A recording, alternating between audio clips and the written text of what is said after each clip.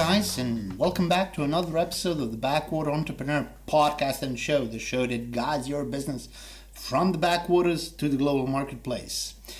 And this episode is basically meant not for the entrepreneurs, but I'm gonna kind of relate to you. We can kind of cry in a corner together once you hear this, and it's intended for everybody else out there that's in search of a job and maybe applying for a job. Now, I have a new appreciation for human resources and guys and girls who work in human resources, because I was involved I was involved for a number of years on many job selections and applications, and we hired people in a previous company, in this company. I hired a couple of workers and employees, and recently I've been involved in this again, and the job search is still not over, and it's not for my my current company that I'm talking about here, Solution. It's about something else, but it doesn't matter. It matters because I have to talk that people don't know how to apply for a job. You people have no idea of how to apply for a job. Now, it's not a solution, and we've talked about this in many different languages, in many different forums and media and podcast and YouTube and whatever it is, on Webinarium that I used to do this. We talked about that you cannot simply take your CV and bio and just send it out like 100 times a day. The same CV to everybody out there that is, in search of a worker. And in your CV, even worse, you put everything that you know, everything that you did, everything that you went to school, and everything you put in that CV. Without any customization based on what the job is actually about or what the employer is actually searching for. I'm betting that over 50% of people applying for a job have no idea what the company does. I am betting. I'm willing to put money on that. Or what the job is actually about.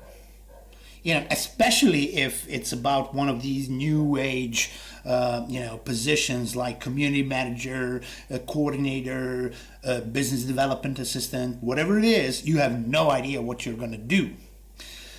And in some cases, maybe you don't, maybe you do, maybe you have not spent the time to research what the company, the employer, is actually doing. Now, I'm going to leave the worst until the end, but I'm still going to trash about this. Now, guys and girls applying for jobs. First, the times of communism and capitalism and everything else are way past, in the sense that we don't go to school and then get a job and then we stay with the company for 50 years and then we go to pension and then we die. Those days are kind of over. So basically acquiring knowledge, wanting to learn, wanting to improve is actually a thing. It's actually a thing. You need to have those qualities in order to be anything else than a mindless drone or a physical worker or construction worker. I don't know. Even them, they need to improve. I hope. So basically, you have to customize your offer, as I would customize my offer of services to any particular client. You have to customize your CV based on what the company is actually looking for. So to some, education matters. To others, You may have experience in a wide variety of different companies. Maybe you flipped burgers at Burger King, and then you went and you did assistant work on Wall Street, and then you were an IT guy, and then you were selling insurance.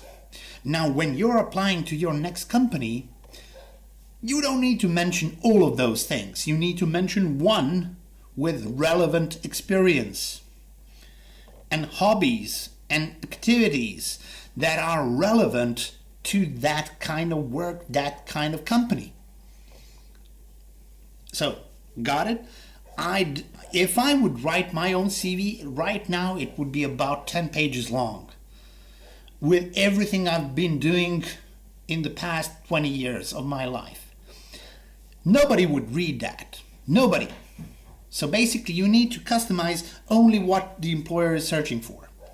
And it's pretty actually easy because, once we get out a job post, we actually kind of write what you will be doing or what we're searching for.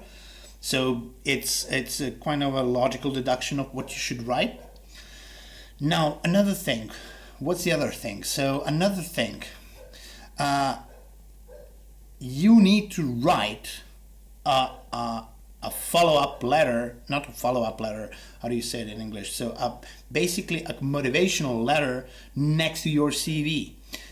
And not just in the sense that by reading your application, I'm assuming that I qualify for the job. Attached is my CV. Best regards, thank you. This is not enough. So you need to write something about, or it would be appreciated if you wrote something about why you want to work at a given company, and not just because that you're going to get paid, not just because that you're going to get your next job. Because are you looking for a job, or do you want to work? Do you just want to get paid, or do you want to give value to the position that you're in? I know that people are in, there are different kinds of people. There is hardship, there is everything else. But if you don't kind of put in the energy into moving yourself and giving yourself to that position, that company, that something, kind of the appropriate, you'll get the appropriate answer from that company.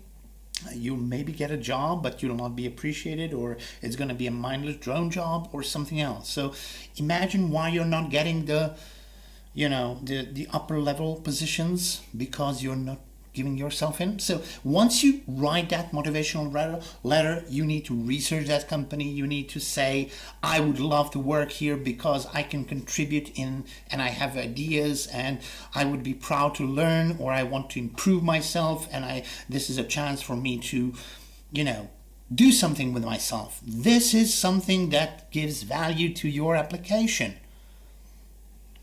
So at the end, I just want to mention one thing. I know that some of you may be proactive, and this is in no way intended for everybody out there watching, but a lot of you can relate to this. Employers, HR people, and even the guys sending the applications, and the girls.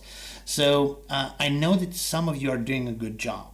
And I know that some of you have been, proactive in the sense that you are sending your CVs even though there is no job application open. So the company may not be searching for a guy or a girl right now, but you send in your application and hope for the best. So this is good. This is good. You should do this. What you shouldn't do is find the guy that you're sending an email to, info or Jack or whatever it is at something.com. Attach your CV to a blank fucking email and just hit send. Now, in the past 2 months, I received 2 blank emails with attached CVs.